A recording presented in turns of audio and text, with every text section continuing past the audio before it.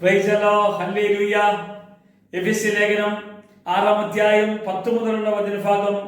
ഒടുവിൽ കർത്താവിലും അവന്റെ അമിത ബലത്തിലും ശക്തിപ്പെടുവിൻ, പിശാചിന്റെ തന്ത്രങ്ങളോട് എതിർത്ത് നിൽപ്പാൻ കഴിയേണ്ടതിന് ദൈവത്തിന്റെ ആയുധവർഗം ധരിച്ചുകൊള്ളുവിൻ.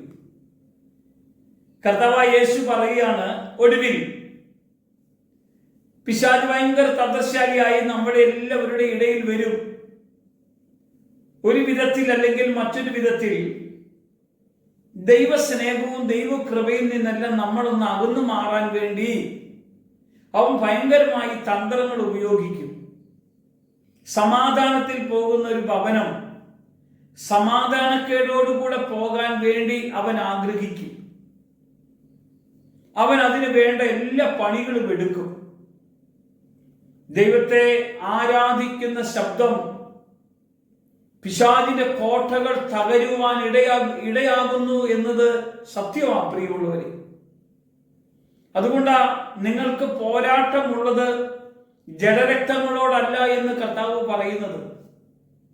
നമുക്ക് ചിലപ്പം പോരാട്ടങ്ങളും എതിർപ്പുകളൊക്കെ ഉണ്ടാകുന്നത് വ്യക്തിപരമായിട്ടാണ്. കർത്താവ് പറഞ്ഞു, നിങ്ങൾക്ക് വ്യക്തിപരമായിട്ട് പോരാട്ടങ്ങളോ എതിർപ്പുകളോ ഒന്നും ഉണ്ടാകേണ്ട. ബൈബിള് നമ്മളെ പഠിപ്പിക്കുന്നു, ശ്രദ്ധിക്കുക. നമുക്ക് പോരാട്ടമുള്ളത് ജഡരക്തങ്ങളോടല്ല. 1 വാഴ്ചകൾ, 2 അധികാരങ്ങൾ, 3 അന്ധകാരത്തിന്റെ ലോകാധിപതികൾ, 4 സ്വർഗലോകങ്ങളിലെ ദുഷ്ടസേനയോടും അത്രേ. അതുകൊണ്ട് ദുർദിവസത്തിൽ എതിർപ്പാനും സകലവും സമീപിച്ചിട്ട് ഉറച്ചു നിൽപ്പാനും കഴിയേണ്ടതിന് ദൈവത്തിന്റെ സകല ആയുധവർഗവും ധരിച്ചുകൊള്ളണം. ഇവിടെയാ കർത്താവ് നമ്മോട് പറയുന്നത്, അവന്റെ തന്ത്രങ്ങൾ അറിയാനുള്ള ഒരു വരമുണ്ട് പ്രിയമുള്ളവരെ. തന്ത്രങ്ങൾ അറിയാനുള്ള വരം, പിശാചിന്റെ തന്ത്രമാണോ അല്ലയോ എന്ന് അറിയാനുള്ള വരമുണ്ട്. ആ വരം ലഭിച്ച പൗലോസിന്റെ അടുക്കൽ ഒരു സ്ത്രീ വന്ന് പല പ്രാവശ്യവും പൗലോസിനെ ഉയർത്തി പറഞ്ഞു. പൗലോസിന്റെ അകത്ത് ദൈവം ഈ ദൈവിക വെളിപ്പാട് കൊടുത്തപ്പോ അവൾ ഉയർത്തി പറയുന്നത് ദൈവത്തിന്റെ പ്രവൃത്തിയല്ല, അവളുടെ ഉള്ളിൽ ഒരു ദുരാത്മാവുണ്ടെന്ന് പൗലോസ് കണ്ട് അവളുടെ ദുരാത്മാവിനെ ശാസിക്കാൻ ഇടവന്നു. ഇതുപോലെ ദുഷ്ടചിന്തകൾ ഉള്ളവരെ തിരിച്ചറിയാനുള്ള ഒരു അഭിഷേകം നമുക്ക് ദൈവം തന്നിട്ടുണ്ട് പ്രിയമുള്ളവരെ. വിവേചന വരം നമുക്ക് ദൈവം തന്നിട്ടുണ്ട്.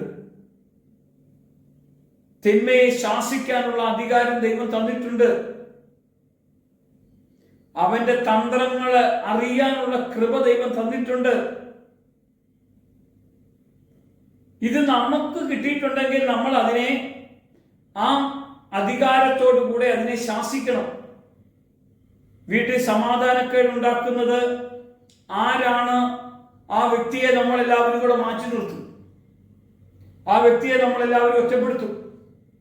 ആ വ്യക്തിയെ നമ്മളെല്ലാവരും കൂടെ പരിഹസിക്കും. കർത്താവ് പറഞ്ഞു, ആ വ്യക്തിയല്ലേ പ്രശ്നക്കാരൻ.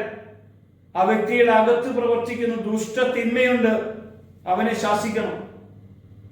അവനെതിരെ അവന്റെ പ്രവൃത്തികൾക്ക് കടിഞ്ഞാനിടണം. അവന്റെ ചിന്തകൾക്ക് കടിഞ്ഞാനിടണം. അവനെ പുറത്താക്കണം. എന്ത് ചെയ്യണം? പ്രാർത്ഥിക്കണം.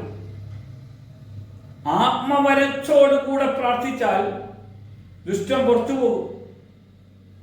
നമ്മളെ യേശുവിന്റെ നാമത്തിൽ പ്രാർത്ഥിക്കുമ്പോൾ പിശാചി ബാധ ഒഴിഞ്ഞു പോകുന്നത് നമുക്ക് കാണാൻ കഴിഞ്ഞു. ബന്ധനങ്ങളെല്ലാം വിട്ടുപോകുന്നതും രോഗങ്ങളെല്ലാം ശരീരത്തിൽ നിന്ന് നീങ്ങിപ്പോകുന്നതെല്ലാം കാണാൻ കഴിയുന്നില്ലേ? അതിന്റെ കാരണം നമ്മുടെ അകത്ത് പ്രവർത്തിക്കുന്നു കർത്താവ്.